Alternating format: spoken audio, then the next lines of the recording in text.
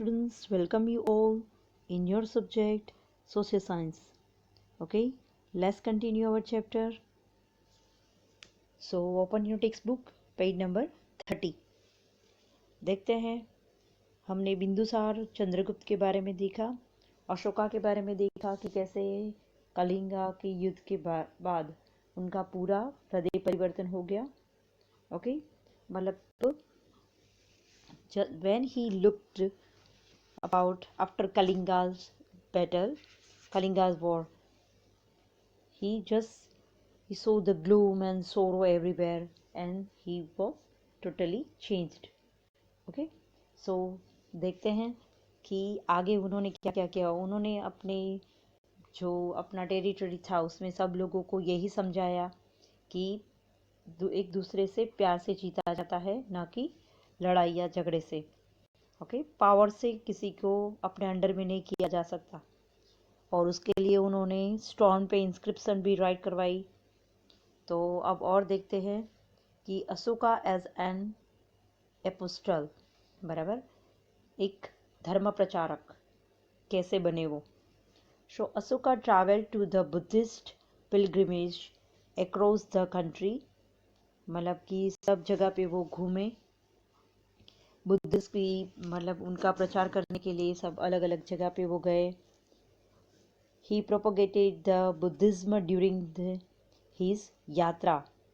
Okay, and Ashoka knew inspiration from teaching of Gautam Buddha and showed the path of the Dhamma.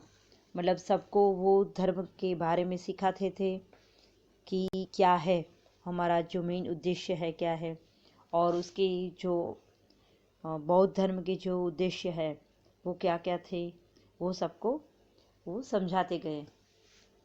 So Dhamma to his people, and he engraved the inscription and pillar articles at various places in his empire. अलग अलग pillars में उन्होंने अपने जो ये बौद्धिज्म के बारे में जो मैसेजेस थे वो पत्थर के ऊपर लिखवाए, इनकार्ड करवाए, मतलब कि उस पर पत्थर को ऐसे कट करके हम जो लिखते हैं ना वैसे ऐसे वहाँ पे उन्होंने लिखा है. वो ये मानते थे कि ऐसे पिलर पे और वॉल पे जब ऐसे मैसेजेस जो अच्छे अच्छे विचार लिखे होंगे तो उनके जो राज्य के लोग हैं वो ये पढ़ेंगे और वो उसे फॉलो करें. So solve the problems of that time, Ashoka set up the religious department. Dhamma Mahapatra appointed as the head of his department. Yes, देखो उन्होंने अपने जो कुछ उनके मिनिस्टर्स थे उसमें से कुछ लोगों को ऐसे कि धम्म महामात्र के रूप में कुछ मिनिस्टर्स को ऐसे अपॉइंट किया था कि वो सिर्फ बौद्ध धर्म का मतलब स्प्रेड करे, उनको फैलाए बौद्ध धर्म, वही उनका काम हो. Okay, the people and work to raise their moral standard, और जो उनके उच्च विचार है वो सब नैतिक बातें हैं वो सब में पहले अच्छी अच्छी बातें सब लोग सीखे. सो मतलब कि धर्म के बारे में, अच्छी चीज़ों के बारे में लोग सीखे, उसके बारे में उन्होंने बहुत ट्राई की, बहुत वर्क भी किया. So Ashoka banned the hunting in his state to stop animal violence. Yes, पशु हिंसा के बारे में उन्होंने बिल्कुल वो बंद कर दिया, बैंड करवा दिया कि वो होनी नहीं चाहिए. सो ही emphasized the promotion of the principle to love, compassion, kindness, non-violence, virtue, etc. मतलब कि उनके जीवन में प्रेम, दया, करुणा वो सब था. मतलब दूसरों के बारे में नॉन वायलेंस मतलब अहिंसा जिसे हम बोलते हैं, मतलब किसी की हिंसा ना करना, सदाचार, ऐसे सबके बारे में काइंडनेस, मतलब ये सब उन्होंने मेन उनका उद्देश्य यही था कि सब एक दूसरे से प्रेम भाव रखे. ओके, मेन उद्देश्य उनका यही था. Along with the sermons some useful sayings were also engraved in the inscription. और उसके साथ साथ अपने जो उपदेश थे वो उन्होंने ऐसे पत्थरों पे कुतरवा के लिखवाए भी थे.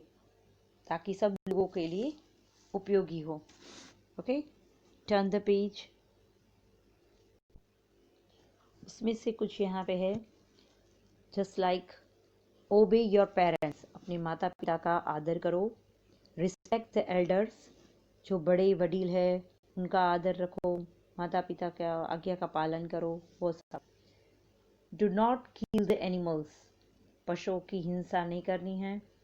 Spend as little as possible, okay, और जितना कम हो सके उतना खर्च करो, मतलब ज़्यादा खर्चा मत करो। ये सेव द गुरु, यस, अपने जो गुरु है serve the Guru, sorry, serve the गुरु मतलब अपने जो गुरु है उनकी सेवा करो, मतलब जो उन्होंने जो आपको सिखाया है वही आप फॉलो करो, ऐसे गुरु की सेवा होगी ना। To be kind to woman and servant, स्त्रियों और अपने जो काम वाले नौकर चाकर है उनके प्रति दया रखो, ऐसे। To give donations to Brahmans and monks, जो ब्राह्मण और जो मॉन्क्स मतलब बहुत साधु जो है उनके लिए डोनेट करो मतलब कि कुछ दान पुण्य करो, ऐसे। Respect and try to understand principle of other religions, yes, दूसरे धर्म, ओके, उनको समझो, उनके जो अच्छे विचार है, प्रिंसिपल्स है, उनको, उनके जो सिद्धांत है उनको समझो, उनका आदर करो। तो ये मेन उनके अशोका के ये विचार थे। Okay, which of the details Ashoka's message addressed to the people in certainly relevant, मतलब क्या क्या विचार उनके थे, तो यही विचार कि सब लोग एक दूसरे से मिलजुल के रहे और जो एनिमल्स है उनके प्रति भी काइंड रहे सब लोग, तो मेन उनके यही विचार थे। तो यही अच्छा धर्म है ये। by which means does the government inform the people about various schemes, rules, amendment etc. Okay, उसके अलावा उनकी क्या क्या कुछ योजनाएं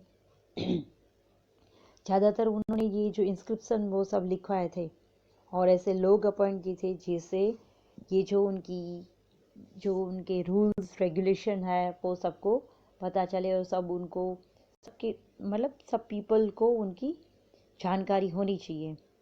okay, they should aware about that.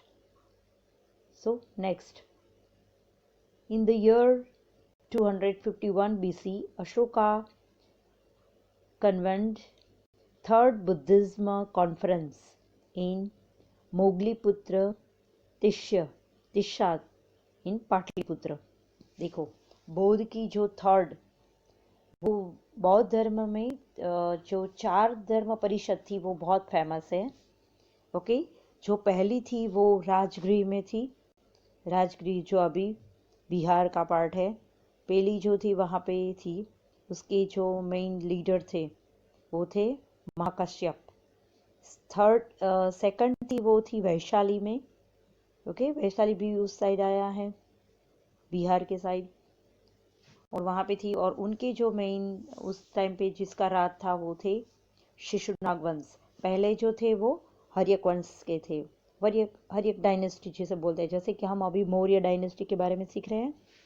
तो उस टाइम पे जब सेकंड बौद्ध जो ये समिट हुई उसमें थे हर्यक शिशुनाग वंश वाले सब लोग, और थर्ड हुई पाटलिपुत्र जो अशोका ने बुलवाई थी। ओके, और उसके जो मेन उस टाइम पे जो उस लीडर को फॉलो कर रहे थे, जो लीडरशिप कर रहे थे, वो कौन थे? मोगलीपुत्र तिस्सा बोलते थे, और कहाँ पे बुलाई थी? पाटलिपुत्र में। ओके, सो ऐसे अशोका ने थर्ड ऐसी जो बोलते हैं ना कॉन्फ्रेंस जिसे हम बोलते हैं, तो ऐसे कॉन्फ्रेंस बुलाई थी, Buddhist conference. Okay, Tissa and Pataliputra. The objectives of this conference was to establish religious unity for removing religious difference which had raised। मतलब देखो, उनका मेन उद्देश्य यही था कि जो अलग अलग धर्म के लोगों के बीच में ये जो भेदभाव आ रहे हैं वो थोड़े कम हो, सब में एकता रहे, सब लोग मिलजुल के रहे, और सब धर्म को ठीक से मान सम्मान मिले, यही उनका मेन उद्देश्य था। सो Ashoka propagated Buddhism in Indian states of Kashmir, Gandhar, Chola, Pandya and Kerala।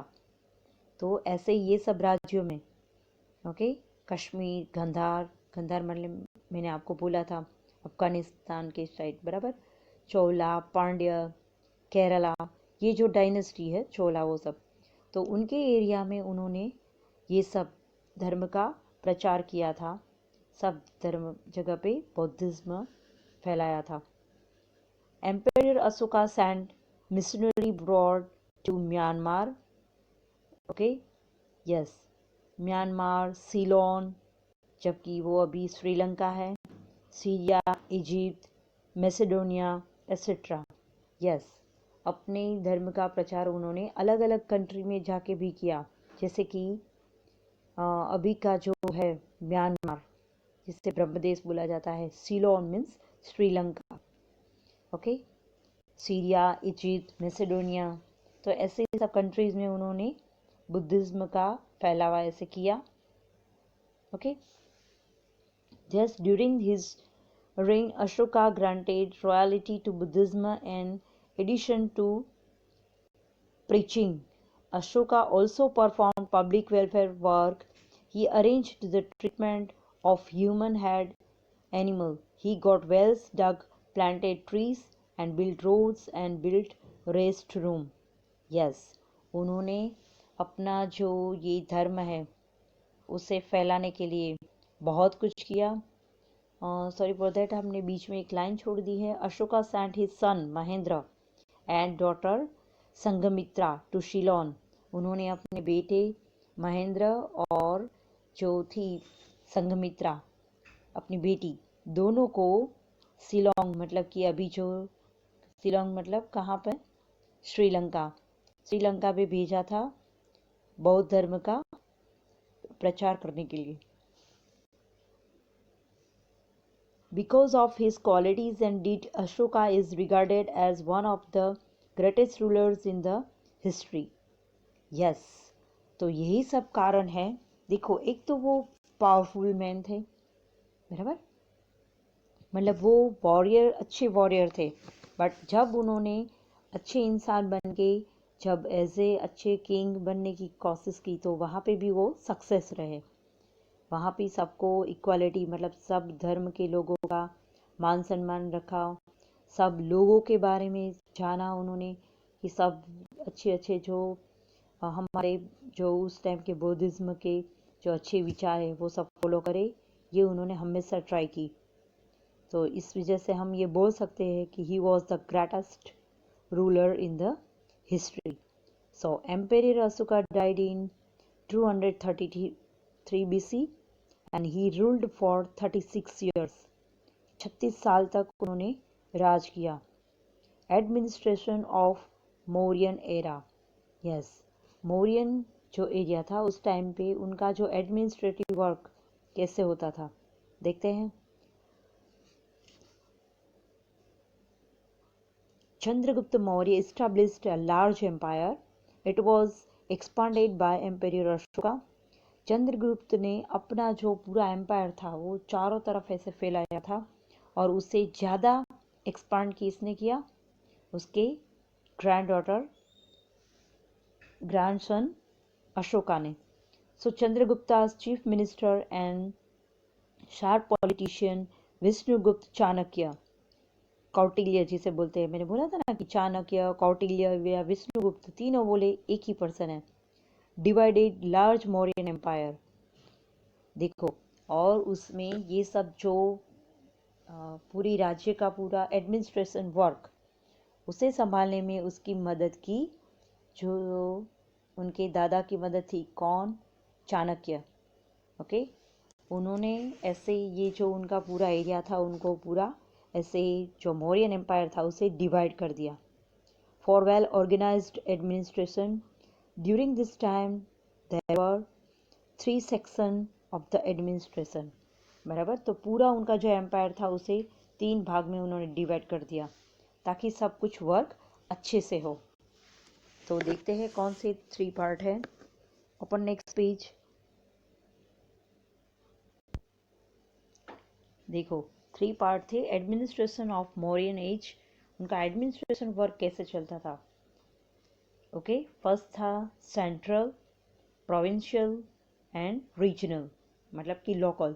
जैसे कि हमने अभी हमारा जो गवर्नमेंट है, पंचायती राज हमने देखा, तो वो भी 3 टायर वाला था। एम आई राइट? कि ग्राम पंचायत, तालुका पंचायत और फिर जिला पंचायत। और मेगा सिटीज़ में म्यूनिसिपल कॉरपोरेशंस होते थे।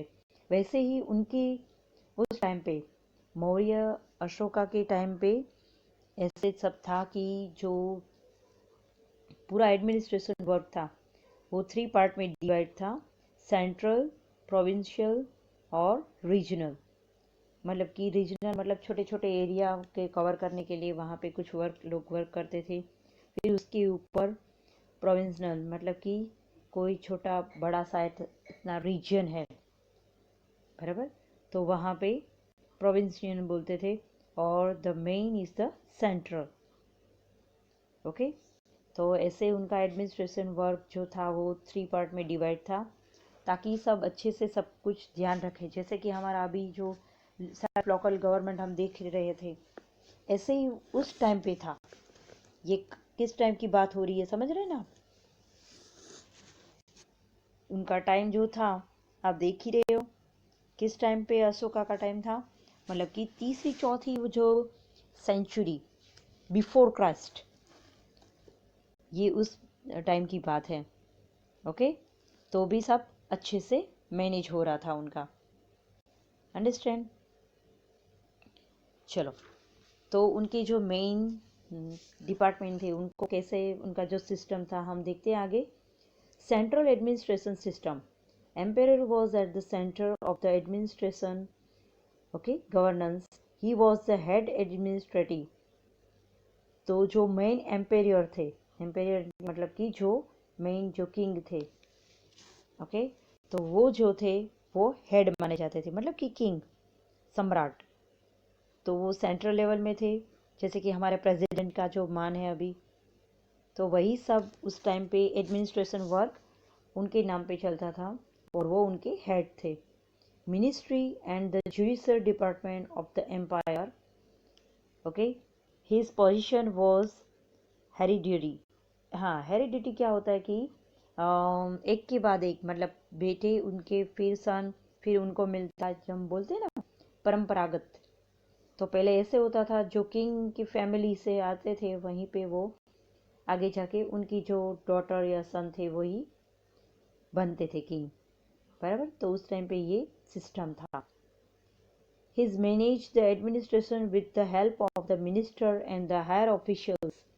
तो बड़े बड़े जो अधिकारी वो सब ऑफिशियल्स वगैरह उनको रखा था, ताकि वो उनको सलाह मशवरा दे सके। Okay, so Chanakya has told about 18 departments, out of which main departments and their heads are as follows. देखो, तो उनके अलग अलग डिपार्टमेंट में किसकी क्या पोस्ट थी, उसे क्या बोलते थे। चलो देखते हैं उनके हेड को। फर्स्ट है एग्रीकल्चर डिपार्टमेंट, बराबर। तो उनके जो हेड थे उनको बोला जाता था सीताध्यक्ष। सेकंड है मिलिट्री डिपार्टमेंट, तो सेनानी। थर्ड है जुडिशियल डिपार्टमेंट, उसमें देखो उसमें क्या नाम है, प्रदेशत्री, प्रदेश तंत्री, मतलब कि जो प्रदेश का उस एरिया का पूरा वो अपने अंडर कंट्रोल में रखते थे, उनका ध्यान रखते थे वो। फोर्थ है ट्रेड डिपार्टमेंट। यस, ये ज़रूरी है। ट्रेड डिपार्टमेंट मतलब कि जो हम कंपनी वो सब देखते हैं ना, तो ऐसे ही जो मेन मेन होते हैं वो बहुत फेमस होते हैं। कभी कोई बोले कि ऐसे रखा है तो फिर बाद में कुछ हमें नहीं रहता है, तो मतलब ट्रेड है तो पता चल जाता है कि ये उस एरिया का है। जैसे हम लोग बोलते देखते हैं ना उसमें made in India, made in China, ऐसे, तो उसे कहते हैं ट्रेड। तो जो ट्रेडिंग का काम संभालते थे ट्रेड डिपार्टमेंट में, उसे बोलते थे यस, पाण्यदक्ष। ओके, तो ये सब जो उनके मिनिस्टर थे, जैसे कि हमने देखा सीताध्यक्ष, तो ये पाण्यध्यक्ष। ओके, सो ऑफिशियल रिपोजिटरी जिसे बोलते थे अक्षपाताल, रिकॉर्ड एंड डिपार्टमेंट, तो उनके जो हेड थे उनको बोला जाता था महाक्षपाताल, बराबर। तो मतलब कि वो हेड थे किस डिपार्टमेंट के, ऑफिस रिपोजिटरी, बराबर। तो उनके हेड को क्या बोला जाता था, महाक्षपाताल, महाक्षपाताल। और लास्ट थे रेवेन्यू डिपार्टमेंट। रेवेन्यू डिपार्टमेंट मतलब कि ज़मीन वगैरह जो होती थी उसका जो पैसा गवर्नमेंट को जैसे हम देते हैं ना टैक्सेस, तो ऐसे उस टाइम पे भी था, ज़मीन का वो सब नाप के वो लोग करते थे। मतलब 10% देना पड़ता था। किसे देना था, ओके, मुद्राध्यक्ष, उसे क्या बोला जाता था, मुद्राध्यक्ष। चलो, सो प्रोविंशियल एडमिनिस्ट्रेटिव सिस्टम, ये तो सेंट्रल का पहले बात हुई। अभी देखते हैं प्रोविंशियल एडमिनिस्ट्रेटिव सिस्टम कैसे चलती है। A huge Mauryan empire was divided into 5 sections. उनको 5 सेक्शन में डिवाइड किया। Head of the province was the governor, तो उनके जो मेन हेड थे वो क्या बोले जाते थे, उनको governor. Okay, so usually the Prince was appointed at the post, और जो गवर्नर ज़्यादातर कौन थे, उनके जो प्रिंस थे वो, मतलब कि राजा के बेटे। And governors task in the province was to maintain peace and security. बस उनको ये ध्यान रखना था कि उनका जो एरिया है, उनको जो दिया गया है, वहाँ पे शांति रहे और उनकी सिक्योरिटी का पूरा अच्छे से ख्याल रखा जाए, वो ध्यान रखना था। Collect revenue to get the orders of the king obeyed and keeping the emperor constantly, okay, aware of the events taking place in the province. Yes, क्या होता था कि जो उनके वहाँ पे अपॉइंट जिसको रखा है, ज़्यादातर उनके सन ही होते थे, तो उनको अपॉइंट रखते थे और वो जाके वहाँ पे सिर्फ शांति का संदेश देते थे, और बाकी जो मटेरियल था वो ठीक ठीक से मैनेज करना वो ऐसे देखते थे बस। आगे मेन उनका ये होता था कि जो उनका एरिया है उसमें सबको सिक्योरिटी मिले, वो सब, और टैक्सेस लेना वो सब, वो भी उनके अंडर में ही था। तो अशोका की वजह से उन्होंने जो मतलब जो जो उनके सेंटर में कुछ चेंजेस वगैरह हो तो वहाँ पे वो उनको इन्फॉर्म किया जा सके। Next, regional administration, yes, local, जिसे हम बोलते हैं लोकल। तो लोकल जो गवर्नमेंट है उसमें होता है कि उनका work for the shake the administration is any province was divided into district, local, storage and taluka. देखो उस टाइम पे ये सब सिस्टम था कि उनके जो ऑफिसर्स वगैरह होते थे उनको डिस्ट्रिक्ट ऑफिसर्स ऐसे अलग अलग पोस्ट सबको मिली जाती थी, और ऐसे अलग अलग एरियाज भी थे, उसमें वो डिवाइड हुआ होता था, बराबर। किस टाइम पे, मौर्यंस के बारे में, बराबर, जो अभी हम वही फॉलो करते हैं। तो देखो उनकी सोच कितनी आगे होगी, उस टाइम के लोग कितने इंटेलिजेंट हो गए, आप इतना अंदाज़ा लगा सकते हो। जो हम अभी फॉलो करते हैं इतने 2000 साल के बाद, और वो उनसे पहले करते थे, तो भी अभी के अभी वही सिस्टम चल रहा है। Okay, so district level while officer और province was called provincial, okay, जिसे जीओपी बोला जाता था। तो उनके जो हेड थे उनको प्रोविंशियल बोला जाता है। And the smallest unit of administrative was the village, और उनका जो स्मॉलेस्ट पार्ट था वो कौन सा था, विलेज। हमने देखा था ना, ग्राम पंचायत है वो मेन बेस है, क्योंकि हमारा जो देश है ना वो ज़्यादातर उसमें सब लोग खेती बाड़ी का काम करते हैं, तो हमारा मेन सोर्स यही रहता है। Okay, next, its head was called the Gramini, उनके हेड को ग्रामणी बोलते थे। Gramani use to run the administration of the village with the help of the elected members of village. तो जो उनको उनके जो हेड, आपको पता ही है जैसे कि अभी हम सरपंच वो सब बोलते हैं, तो उस टाइम के जो हेड थे वो सब कुछ संभालते थे और जिनको सब लोगों ने मतलब इलेक्टेड किया है अपॉइंट करके, बराबर पॉइंट्स काउंट करके उनको जैसे इलेक्ट किया हुआ है। चलो next, so success of emperor Ashoka and fall of Mauryan empire. तो क्यों ये सब अच्छा सा सब कुछ हो रहा था, तो ये मौर्यन एम्पायर का एंड कैसे हुआ देखते हैं। सक्सेस कैसे हुए वो तो हमने देखे, तो भी हम देखते हैं थोड़ा कि regarding emperor Ashoka successor we find different information in Brahmin, Jain and Buddhist text. तो बुद्धा का जो मेन उनका जीवन था उनके बारे में हमें बहुत सी इंफॉर्मेशन अलग अलग बुक जैसे कि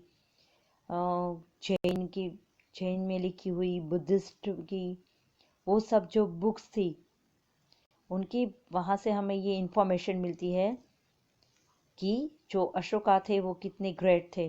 according to the information given in Puranas, total 9 to 10 kings of Mauryan dynasty ruled for 137 years. Yes, 137 साल तक मौर्य ने राज किया, तो इसलिए उनको तो पढ़ना बहुत ज़रूरी है।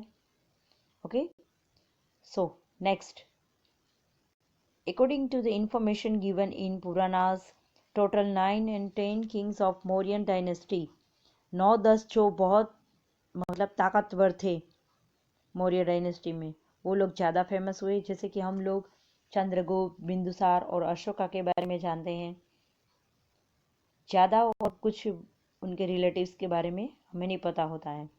तो 137 जो थे मॉनसून सीजन में, बराबर, तो उनकी जो कुछ डायनेस्टी थे उनके रूल्ड 137 साल तक उन्होंने राज किया, और जो 9-10 किंग थे वो ज़्यादा मतलब कि वो पावरफुल थे। So taking advantages of the impoverished rule of last king of Mauryan dynasty. Okay, for example, Brahmadatta. Okay, his general Pushyamitra killed him on the pretext of watching military drill. Yes, तो बृहदत्त जो थे वो थोड़े मतलब थोड़े ढीले थे, और उनके ऊपर किसने राज किया, उनके जो मिनिस्टर थे पुष्यमित्र, पुष्यमित्र ने उनको किल्ड कर दिया। ओके, उनको किल करके उनका शासन अपने अंडर में ले लिया। तो बाद में जो ये मौर्यन डायनेस्टी थी ऐसे उनका मतलब कि वो अंत हुआ। Okay, so the military drill, and thus in 185 BC Pushyamitra Shring established the Shring dynasty। तो उसके बाद अभी कौन सी डायनेस्टी स्टार्ट हुई, श्रृंग डायनेस्टी। पहले नंद थे, उनके बाद आए मौर्य, मौर्य के बाद अभी कौन आए, श्रृंग। ओके, क्योंकि पुष्यमित्र थे वो श्रृंग डायनेस्टी के थे। तो श्रृंग डायनेस्टी का बिगिनिंग हुआ on the throne of the Magadha, and Maurya dynasty came to the end। ऐसे उनका अंत हुआ। ओपन नेक्स्ट पेज, MCQ वो सब देख लेते हैं। चलो, कि वो आप कर लेंगे ना स्टूडेंट्स। Okay, thank you.